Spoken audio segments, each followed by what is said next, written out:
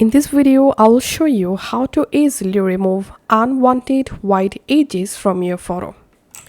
Hold on the Ctrl key and click on your layer thumbnail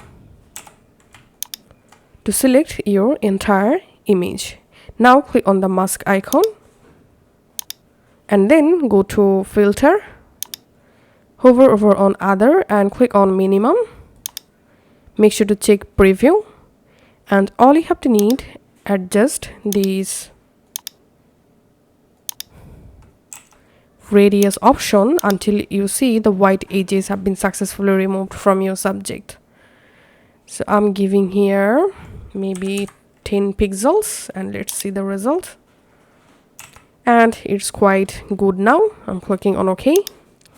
And here we can see the before and after result. So that's how you can actually easily remove unwanted white edges.